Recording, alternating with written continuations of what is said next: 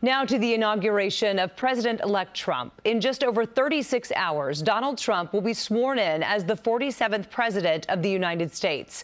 But some of the inaugural festivities have already begun.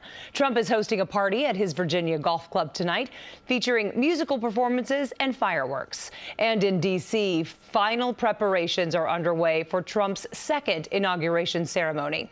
Kristine Johnson in Washington, where she's been talking with Trump supporters, really excited for the big event on Monday. Kristine. Good evening from our nation's capital, where me and my crew arrived here earlier this afternoon, and we immediately came here to the Capitol building, which you see behind me, to see what was going on. And here's a look at what we saw. We saw some security fencing still being erected in and around the perimeter area. We also saw some protests that were happening. This here, we've got some video of the People's March. These folks here expressing their concerns about women's reproductive rights and other causes that they feel is under threat. We also, Jessica, as you mentioned, met with some Trump supporters. These folks actually were from the tri-state area, and they say that although they're disappointed the ceremony moved indoors, they're still happy to be here. We want to make sure everybody is safe, but we are disappointed, we're bummed, but we're still here to support President Trump and everybody here together. When you look at the big picture of what his decision was, safety is first. Now, this is not the first inaugural ceremony that has been moved indoors. In fact, this is not the first president to serve split terms. In fact, Grover Cleveland was our 22nd and 24th president. I, Dwight D. Eisenhower. Richard Billhouse Nixon. Jimmy Carter, do solemnly swear that I will faithfully execute the office of President of the United States. Every president since George Washington has recited the same 35 words. The presidential oath of office symbolizing a peaceful transfer of power. So help me God. So help me God. So help me God. George Washington took that oath here in New York. New York was the nation's capital in 1789. Eric Foner is a former professor of American political history. When Lincoln was inaugurated, his vice president went first and was drunk. Andrew Johnson. Lincoln was mortified by this. He wanted it to be a more dignified occasion. Inaugurations would become dignified, even glitzy. The speeches, parades, and ball gowns invoked a sense of hope. Making people feel that no matter what problems the country is facing, things are moving forward. Optimism, though, was not always part of our history. President Trump was missing from the stage during President Biden's inauguration.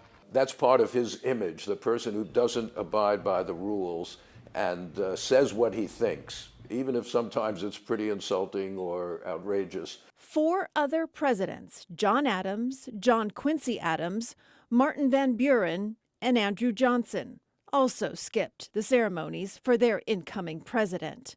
Do solemnly swear. One always notable detail of the day is the Bible. President-elect Trump used Lincoln's Bible for his first presidency, as did Barack Obama.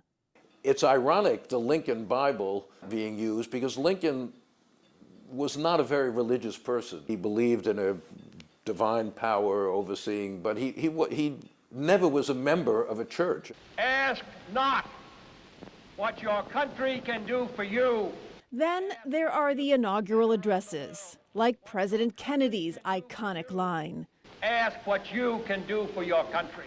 And other notables. FDR, of course, in his first inaugural, famously said, The only thing we have to fear is fear itself. Trying to get people to feel that the government had things under control. Government is not the solution to our problem. Government is the problem. Sometimes inaugural addresses are an occasion to sort of put forward your philosophy. We will no longer accept politicians who are all talk and no action, constantly complaining, but never doing anything about it. It was a very strange inaugural speech that he gave. It was all about what he called American carnage. January 20th became Inauguration Day by decree of the 20th Amendment in 1937. Before that, it took place in March. Andrew Jackson and the presidents who followed him took their oath on the east front of the Capitol. Ronald Reagan moved the ceremony to the west front. This was said to save money using the existing terrace instead of building a platform, while also providing space for a greater number of spectators. Monday's inauguration falls on the same day the nation celebrates the life and legacy of Dr. Martin Luther King Jr. It's happened twice before, for Bill Clinton in 1997 and Obama in 2013. Obama used both Lincoln and Dr. King's Bibles for the oath of office that day. We all enjoy the same glorious freedoms, and we all salute the same great American flag. We don't yet know if the president-elect will mention Martin Luther King Jr. or what tone his second inaugural address will take. However, we do know that the oath of office and a peaceful transfer of power are among the pillars of our nation's democracy. We'll come back and we'll see in 20 years what Trump's legacy has turned out to be. Now, we do have a very full day tomorrow. Early tomorrow morning, we will meet up with Congresswoman Nicole Maliotakis from Staten Island. And then Trump is having a rally later in the afternoon where thousands of people are expected at the Capital One Arena. And that is where the Wizards and the Capitals call home. Yeah, you're going to be busy out there, KJ.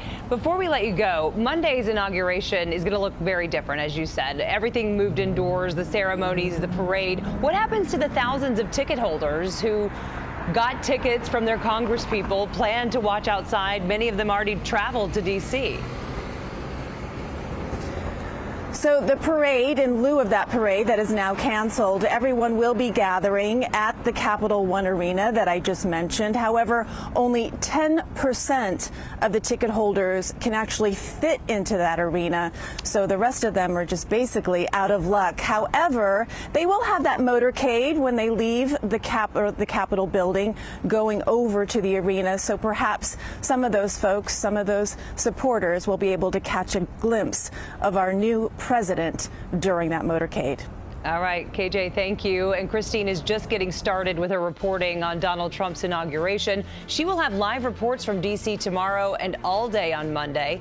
And CBS News' special coverage of the inauguration begins at 9 a.m. on Monday.